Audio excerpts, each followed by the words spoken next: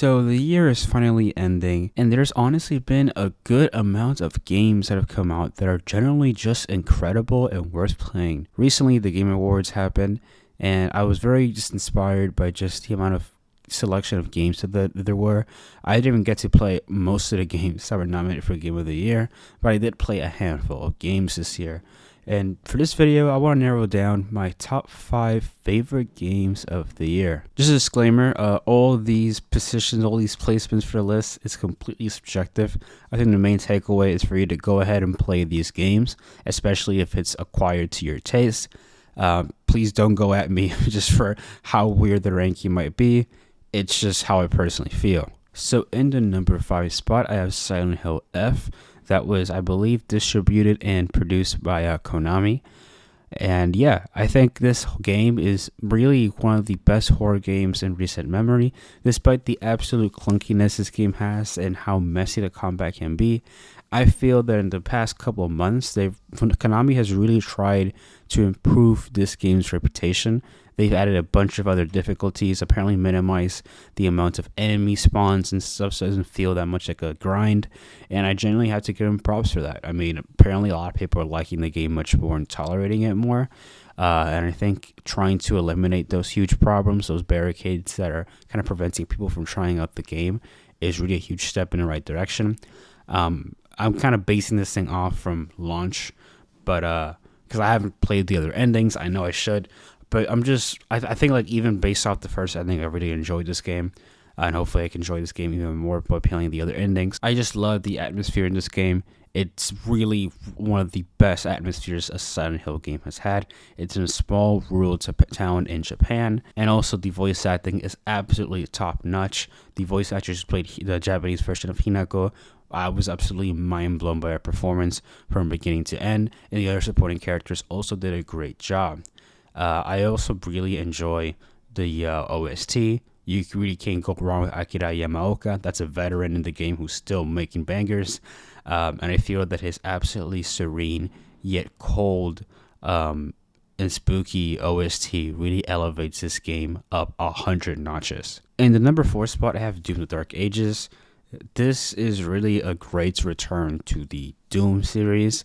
I know a lot of people love Doom Eternal. I personally love it as well. Probably my favorite one from this sort of like trilogy reboot thing that's going on.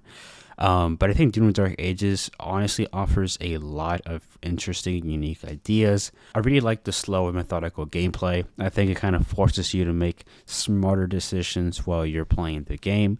I think the mech segments were absolutely just amazing. The way you can just kind of pilot a mech and just almost like you're playing Pacific Rim or something. And I think I really like the attempt that they're trying to tell a story, even though I don't think it pans out the way they intended to. I still think that the attempt of putting a narrative is still pretty interesting within itself, trying to maybe add more reasons as to why you're going to be killing these people. In the number 3 spot, I have Ghosts of Yotei.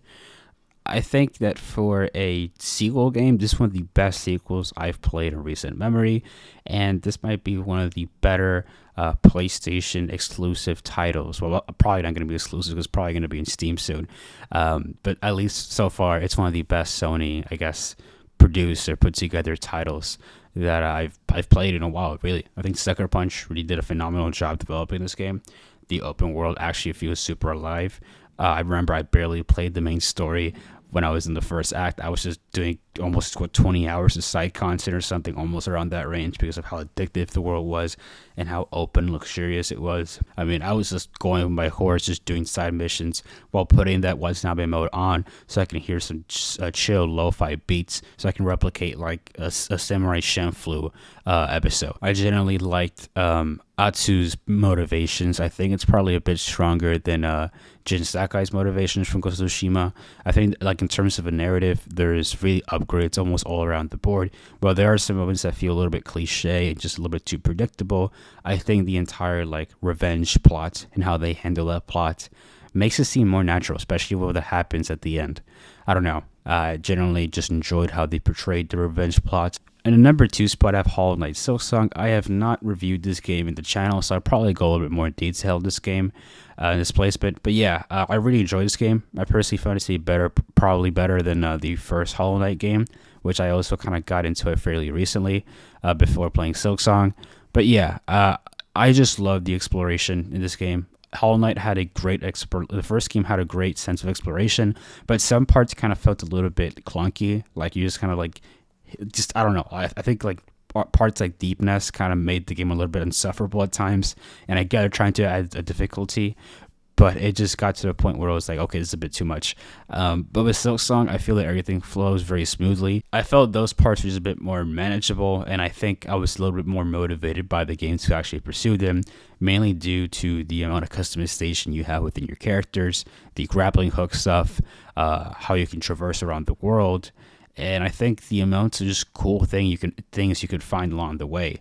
I mean, like, I almost filled up my map. I can't believe I haven't still filled up my map. I'm probably waiting for the DLC or just maybe a New Game Plus or something so I can play the game again.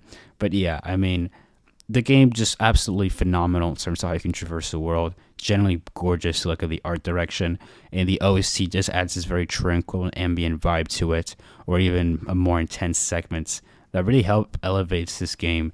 In general, I think the division from Act 1, Act 2, and Act 3 was very interesting. However, I feel that Act 2 kind of started to repeat some issues I had with Act 1, in terms of just like, I guess some enemies feeling like they're just repeating the same thing over and over and over in terms of their phases, because I think from like phases 2 to 3, typically enemies just go a little bit faster and they don't really have that many unique moves at disposal. And Act 2 is kind of linger with all those type of bosses that kind of made the game a little bit harder for me to enjoy, especially with the bosses that Hollow Knight was absolutely known for. And also, of course, how can you forget, almost every enemy taking away 2 hearts, even the normal enemies, which, to be fair, it was fairly annoying. Thankfully, as I got better in the game, I just kind of like stomp everybody in the game. But yeah, I mean, like, I think like just how the way that the game was just programmed and stuff is just really fantastic to see. Act 3 was a great way to conclude the game. It was the extra act you get if you want to get the true ending. And it was just absolutely worth the wait and worth the process to even unlock. I genuinely had a blast at that game, especially the final boss was just absolutely phenomenal. And yeah, there's a lot of emotionally tense moments. I even got emotional once I beat this game. It was like, damn, the game is over type thing. I don't know. And also the game tries to tell you a story about connection and family with Hornet. And her sister and her family and the reasons and motivations as to what's going on in the city. I don't know. I think it offers a lot of context for the first game, and it really develops Hornet as one of the better protagonists in the game. In my number 1 spot, my personal game of the year, I really have to give it to Clair Obscur Expedition 33. This game is an absolute masterpiece from beginning to end. Also, I want to point out that the pricing for this game blew my mind. Only $50 for this game, and it was made in less than a $10 million budget, and it looks the way it looks. Like, what the hell? How is that even possible? Also, like, a game like Silksong that's only $20 and it looked the way it looked and played the way it played, generally blew my mind as well. But going back to Clair Obscur, this game generally feels like the type of game that you would daydream when you're in school or something. Like, the way it's just made, the beautiful textures, like the renderings, the artsy stuff, the things that just look straight out of a painting. Like, it's genuinely mind-blowing the way this game is made and the way it just is presented upon itself. And like the OST is stellar. Like, I'm just repeating things that everybody has said, but I just have to glaze it. Basically, this is like a game that I really have to glaze. The way the OST is made, man, it's incredible. I think they got Lorian, the composer, out of SoundCloud, if I'm not mistaken. Like, he was a random guy in SoundCloud and they found him by coincidence. These guys hit gold. Sandfall hit gold when they found this guy, because this guy is absolutely brilliant. And also the singer, I believe is Alicia Dupart, if I'm not mistaken. Her vocals were absolutely phenomenal on all the songs that she was singing. Alicia, Lumiere, all the bigger songs as well, man. It's just, her voice is absolutely incredible, and seeing her perform live in the Game Awards without any sort of proper mixing, just a raw voice, blew my mind away. Same thing with her Colors performance when she was performing Alicia. Genuinely insane. But going back to the game itself, I think gameplay-wise, This is really one of the more accessible JRPGs out there in the market. I feel that the game is so interactive, the way you can just like parry in real time. And I feel that the level system, the skill trees and stuff, like it generally feels more like it combines elements from a JRPG game and like an RPG game at the same time.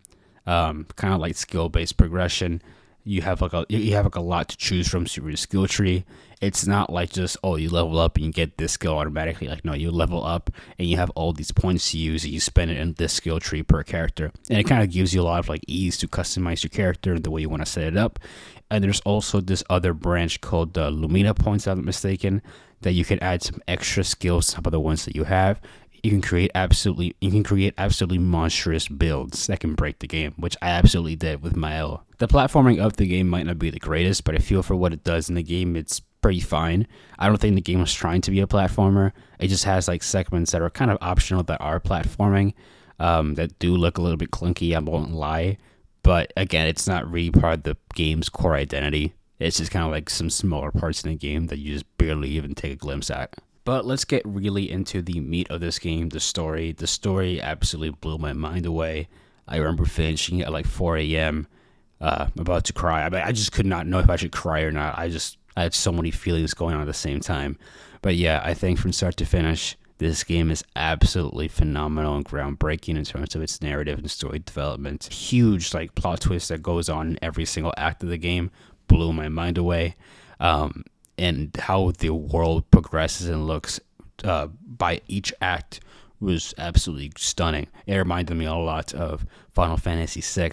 You know, the first half kind of being a bit more peaceful, and the second half being like the world just ended, basically. You can just tell by the way you explore in this game how it's just kind of similar to the Final Fantasy games, especially Final Fantasy VIII, how your characters are kind of like smaller and they're traversing around these huge like trees and stuff whenever you're on the ground. I really love that reference. Reminded me a lot of Final Fantasy VIII. And you can tell just the way that these characters are just, absolutely structured, like such a phenomenal protagonist with Mael or Gustav being a great protagonist as well. Like their motivations, their reasonings. Verso as well as a great protagonist. Like there's just so many things going on in this game that just make it somehow feel natural. And the voice acting is absolutely stellar. I mean, they got Renoir. I think is the same actor as Caesar from Planet of the Apes. And I think Gollum from Lord of the Rings. I forgot his name. I think Andy Serkis, I believe. Yeah, phenomenal job doing through. Generally phenomenal. And they even got the voice actor. I think Charlie Cox, the guy from Daredevil. Like the way he portrayed Gustav, absolutely mind blowing. Mael, I believe, is Jennifer English, in which she got an award from, rightfully so. And you have the other cast of characters that just brings so much, just brings so much flavor into the mix, man. Verso being voiced by Ben Starr. Ben Starr is one of my favorite voice actors of all time. And this one just solidified it because there's just so much passion and emotion put into the voices. It's generally something she should get an Oscar nomination through and through. If I'm being a little bit vague with the story details, it's because I kind of want you guys to experience it. I just don't want to give you guys almost any sort of spoilers. I'm just talking about overall general stuff because I feel that this game is best enjoyed when you know absolutely nothing about it, which is exactly what happened to me. I knew nothing about it, and this game easily became a top 5 game of all time for me, and probably my favorite game of the decade. But yeah, that's really all I had to say for this list. Regardless of the order of the game and, what my favorite game was and stuff, play all the games if you especially love those genres. Also, if you enjoyed this video, please subscribe to the notification bell on to miss an upload from me. Like the video and comment down below what your top 5 favorite games of the year were. I would love to read what you guys have to say. So yeah, peace out everybody, and see you next year.